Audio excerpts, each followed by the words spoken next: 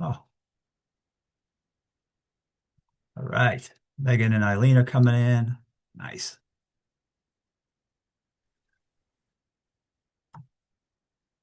All right, let me get started. Uh, Again, guys, congratulations. You got through the analyze phase, which is the low point of this class.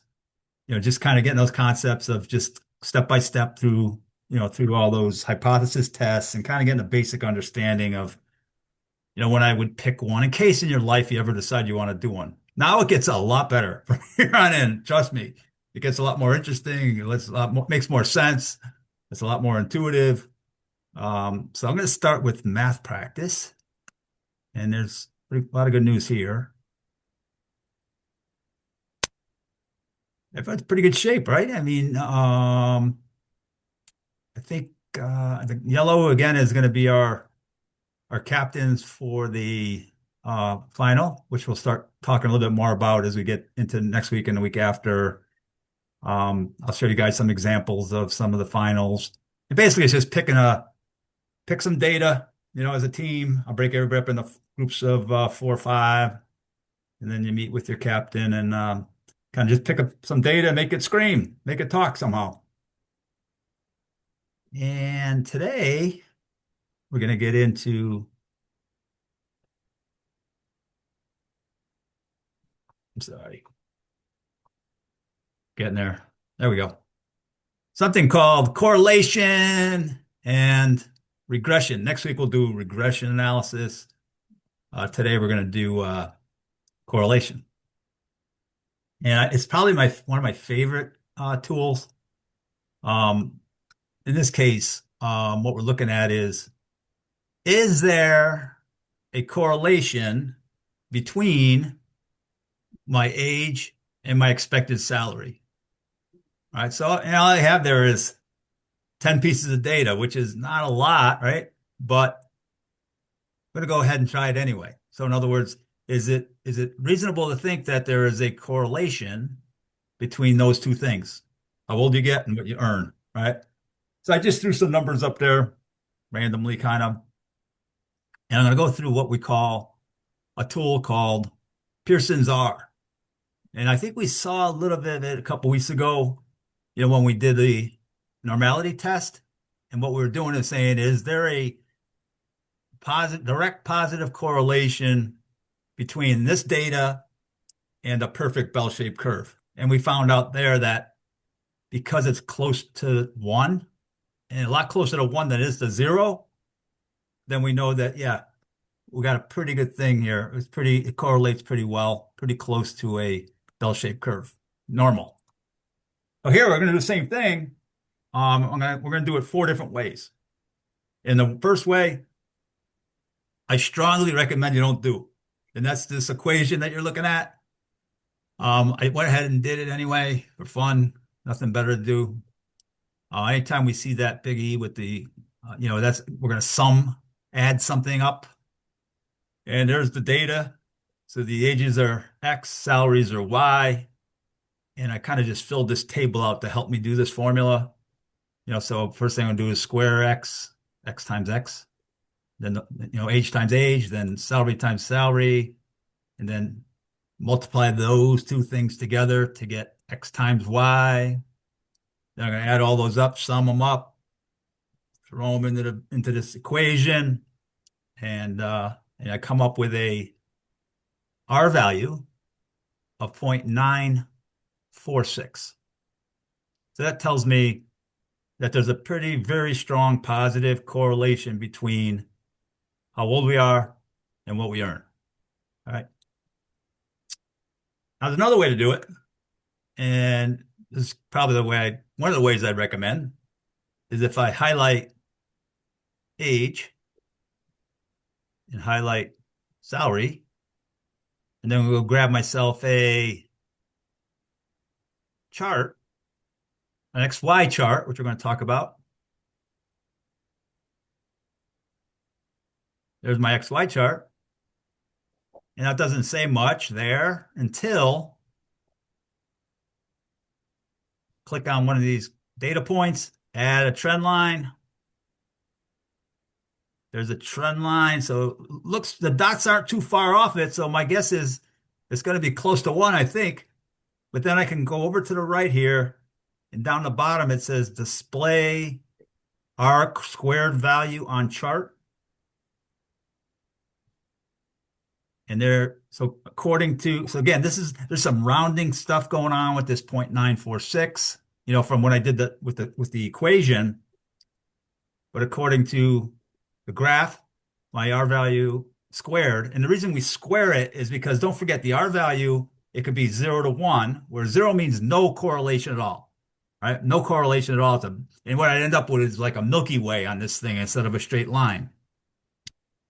But I could also have a negative R value.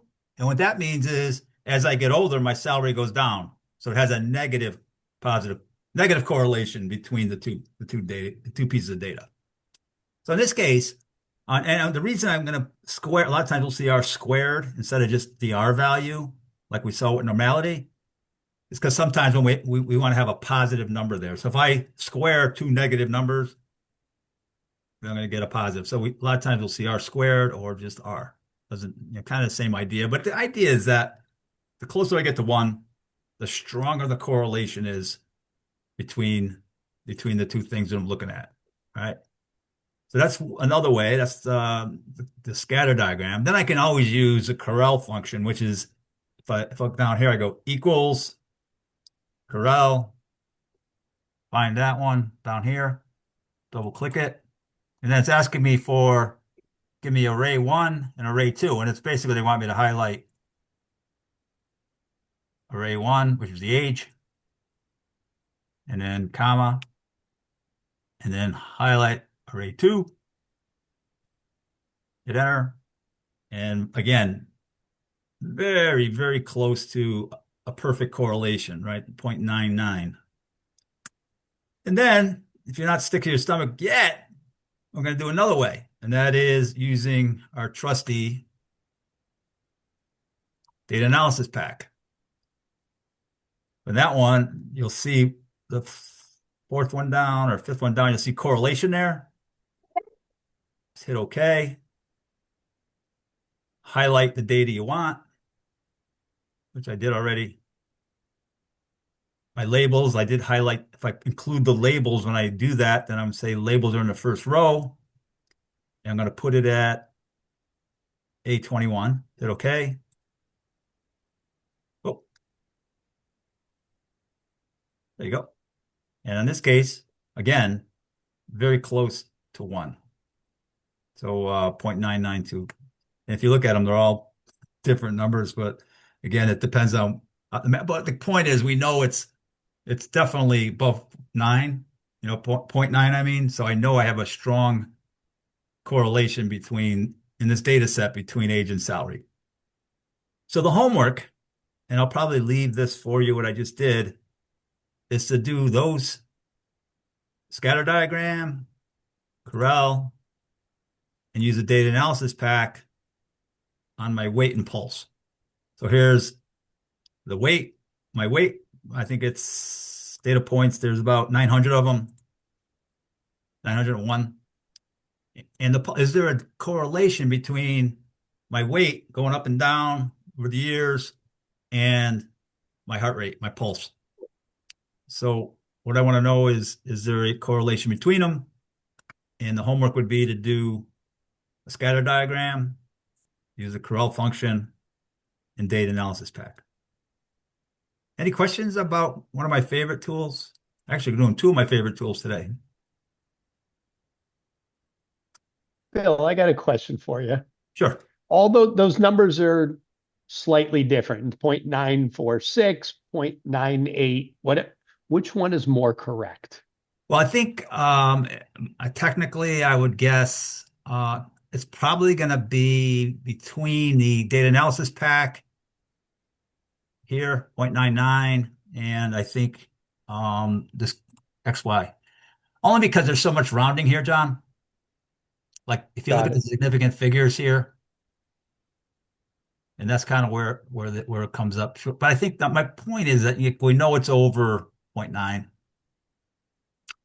I think the most accurate is obviously going to be these two. Thank you. Yeah. Everybody else good? I'll send you this sheet for the homework, and I'm also going to send you the slides, which are going to be a breeze compared to what you guys stomached for the last 3 weeks. And then actually next week we have to do some lean too. So some lean tools in the improve phase.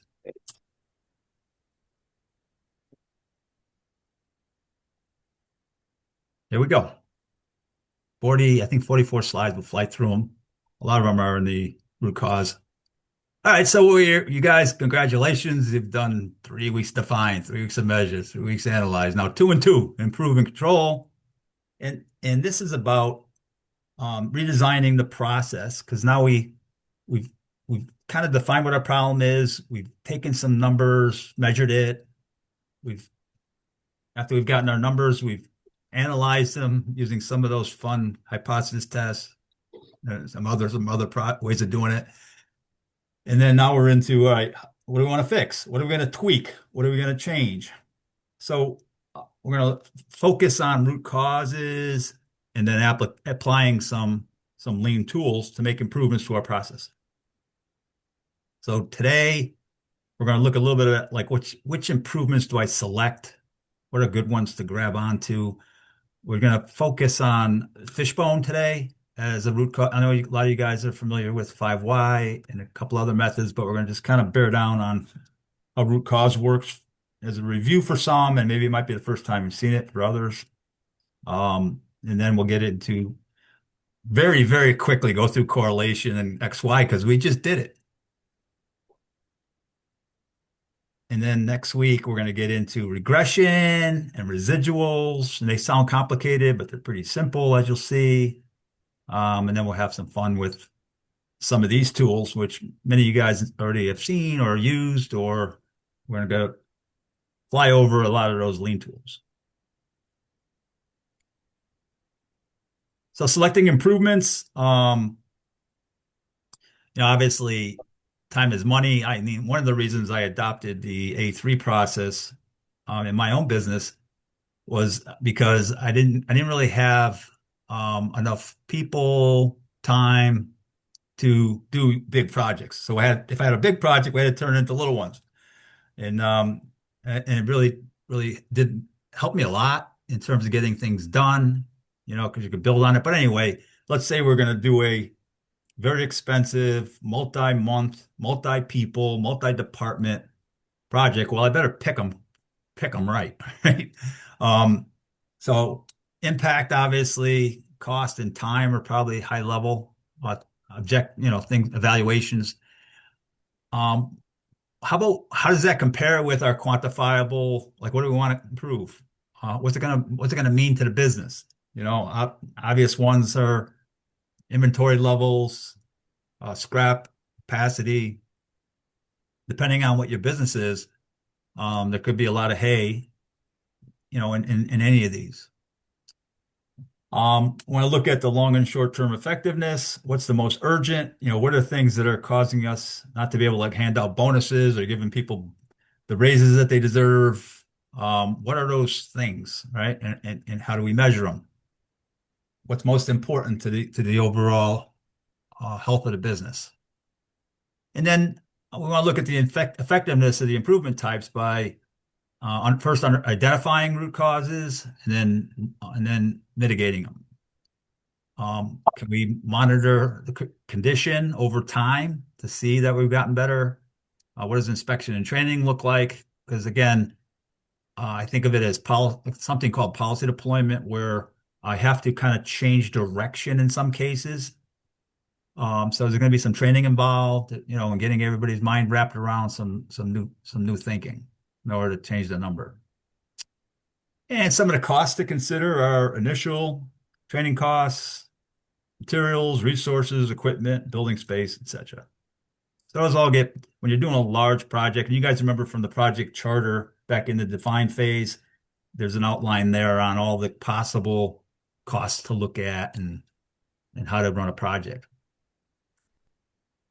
Time considerations are, minimum time it would take, time to build and create, time to implement. And again, most of you guys are pretty familiar on how to use the A3 process to turn big projects into a series of small ones. Um, Biggest thing, the enemy, guys, as you know, this isn't like 1980, is um, there's not a lot of people sitting around saying, "Hey, put me in a project," So it's like, how do we cut through busyness? How do we get through so Monday doesn't turn into Friday afternoon instantly? And yeah, some roadblocks. Um, Again, there's so much data being collected everywhere, right?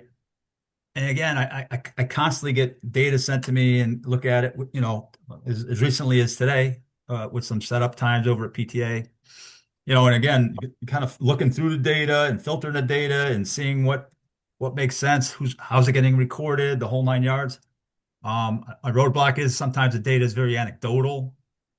Um, Sometimes again, we just collect it, but it's not really talking to us, right? It's not helping us that much. So, yeah, these are some of the roadblocks. Nothing crazy.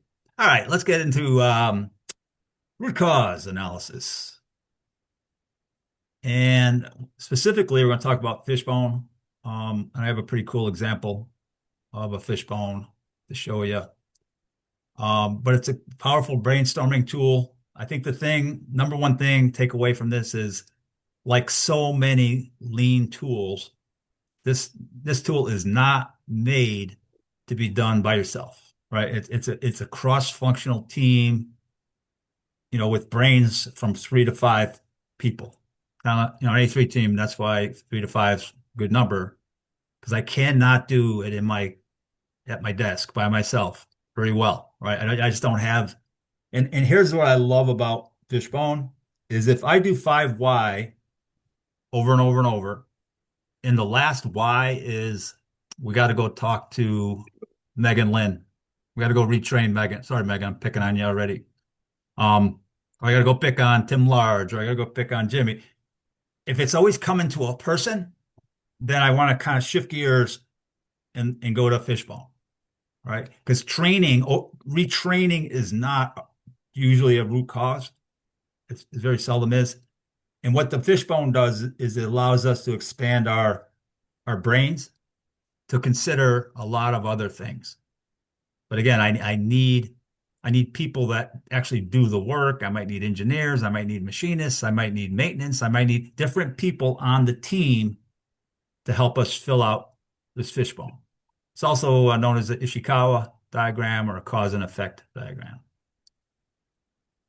And here are the categories of things that we might think about of things that might be causing a problem, right? Um, I guess people's the first one, right? So I just told you, no, and you remember it by we remember it by P4M&E, so P4, people, 4Ms, methods, machines, materials, and measurements, and then the environment. And we take in each category, we ask the team to brainstorm what are some of the things that might be causing a problem. So step one is you draw the backbone of the fish and you identify the event being analyzed. And the example I'm going to show you after we're done is about the burgers taste terrible. Bad tasting burgers, I think it is. So that would be the effect. That's the problem. That's going to be at the head of the fish. And we're going to state that operational definition, too much scrap on a certain job or whatever you like. The event can be the positive outcome desired or a negative problem that we need to solve. And that's again, the head of the fish. And then we brainstorm but again, brainstorming means 3, 4, 5 people if we can together. Alcohol helps sometimes. No, I'm just kidding. Get everybody's mind going good. And everybody just kind of brainstorm some possible causes or factors. Anything. Anything you can think of. Grill's too cold. Grill's too hot. Meat's too old. Meat just came out of the freezer. My grandson cooked it. anything you could think of. I'm talking about burgers again. And then you take those and identify them into main categories of causes by, and you can use P4M&E if you want, or you can use really any kind of category that makes sense for the problem you're looking at. And you put them in a box and you start connecting them. So step three would be the measurements category. Like maybe my thermometer for the hamburger is frozen solid. It's not registering properly. So I'm pulling them off too late, whatever. Is there a metric issue? Is there a valid measurement system? Is the data good enough? Have we calibrated our machines? Is the data readily available? Is the data old? Do we know how to measure? All that kind of stuff. That's the measurements piece. And then the people piece would be, are people trained? Do they have the right skills? Do we have the same problem on all three shifts or on just two shifts? Do we have the same problem in different locations? Are people just doing too many hours? Is this something that's happened recently? But it gets into the thinking of people. Again, when we talk about people and we're talking about lean, people are smart and people care. People that are in my coaching class right now, we have to assume that people are smart and they care, and they do.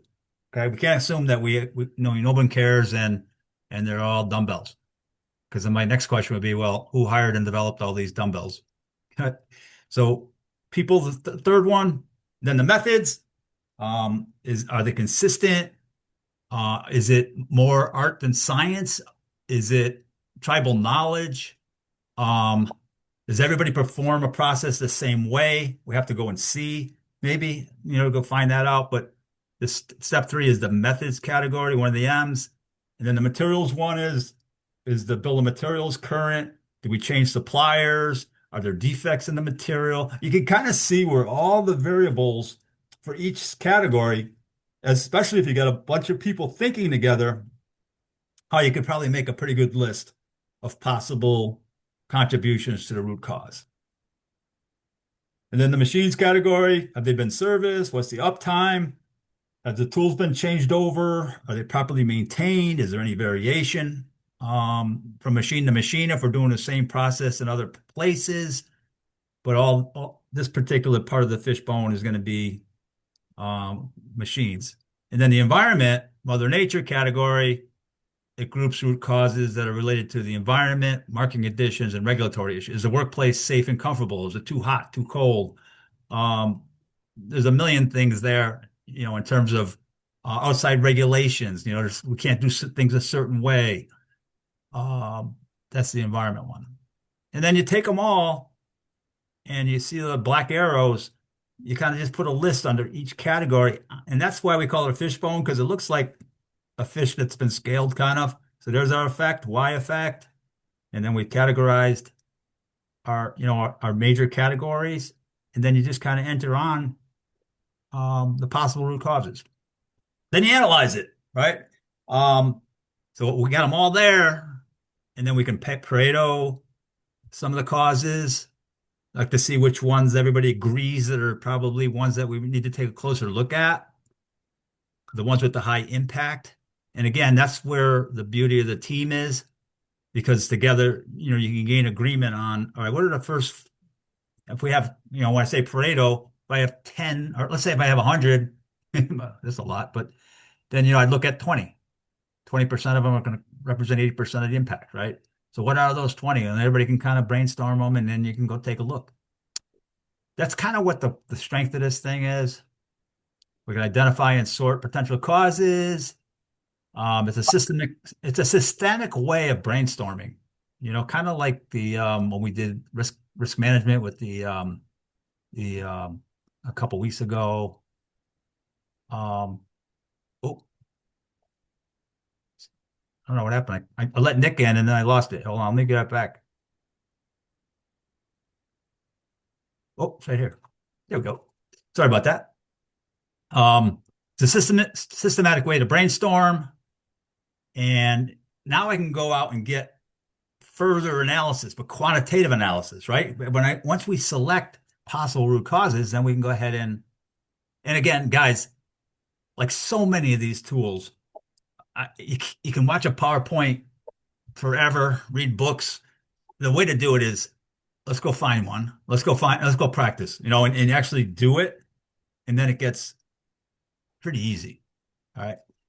Um, and the limitations are it only gives us what to go count, right? It gives us qualitative analysis of correlation between each cause and effect. So we're looking at what's the correlation between, temperature of my thermometer and the taste of the meat, for example, a hamburger. Um, and we can only focus on one effect or event at a time. This is a really cool tool if you're struggling with 5Y and the last Y is always, we got to go fix Bill Greeter.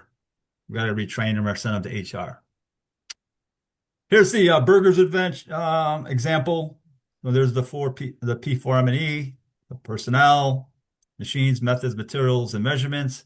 And then the E is the environment. And you can see some of the things, for example, in methods.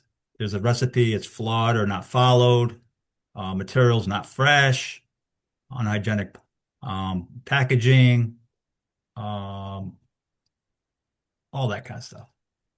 Then we, kind of identifies what we need to go take a peek at. So that's any questions about a fishbone?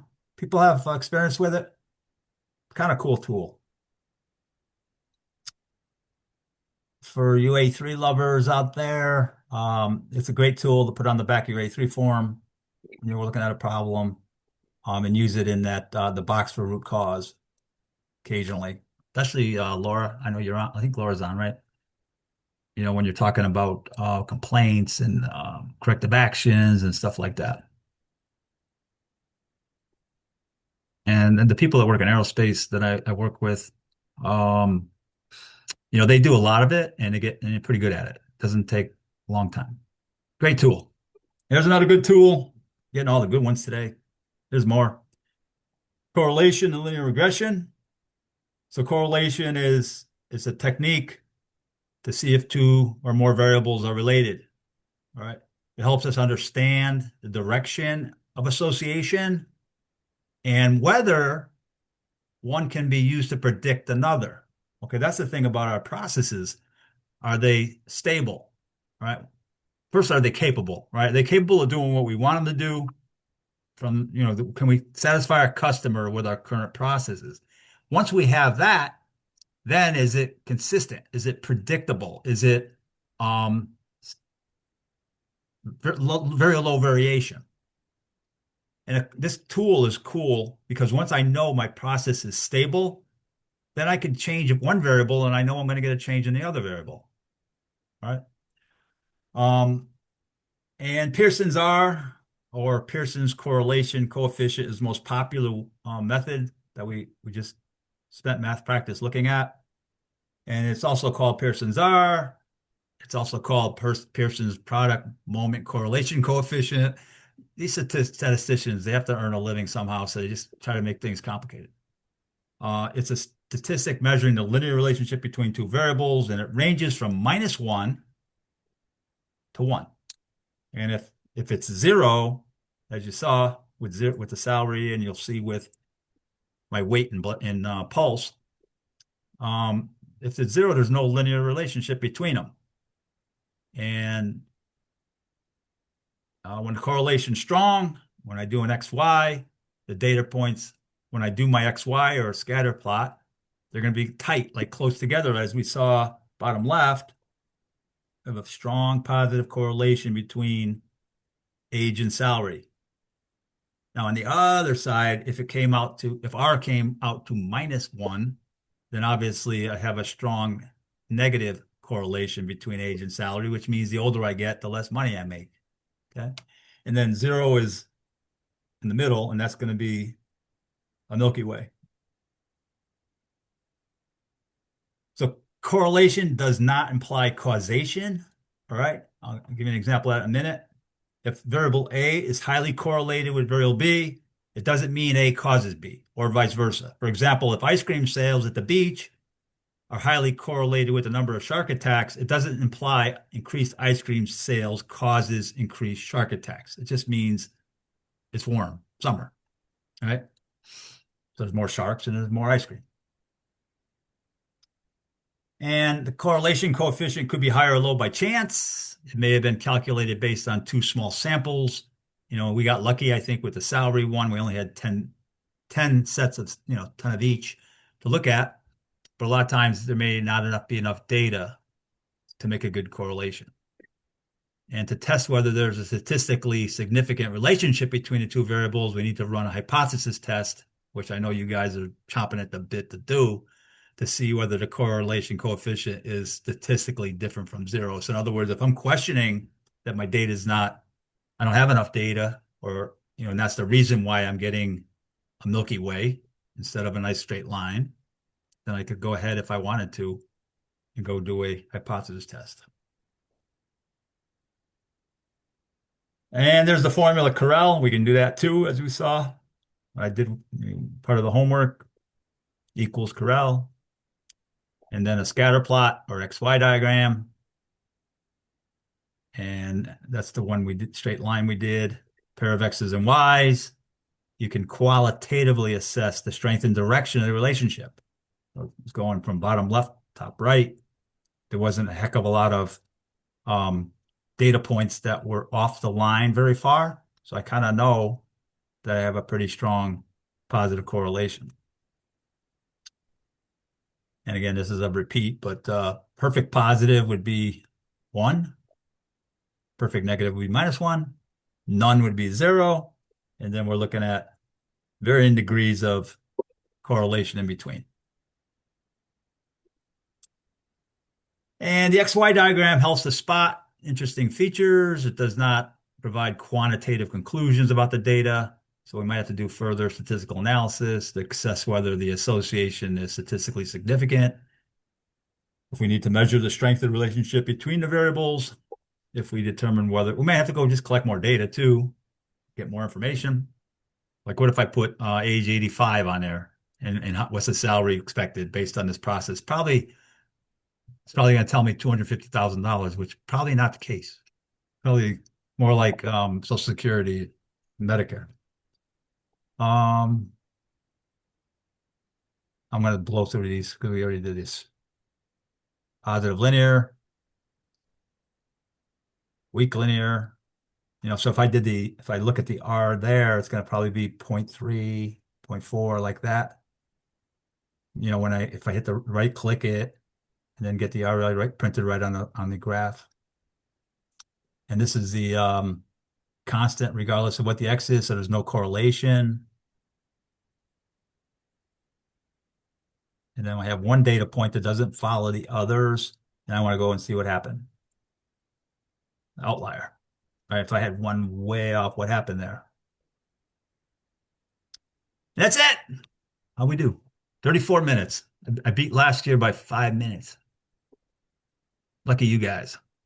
All right, well, you got to agree, that was a hell of a lot better than the last 3 weeks, right?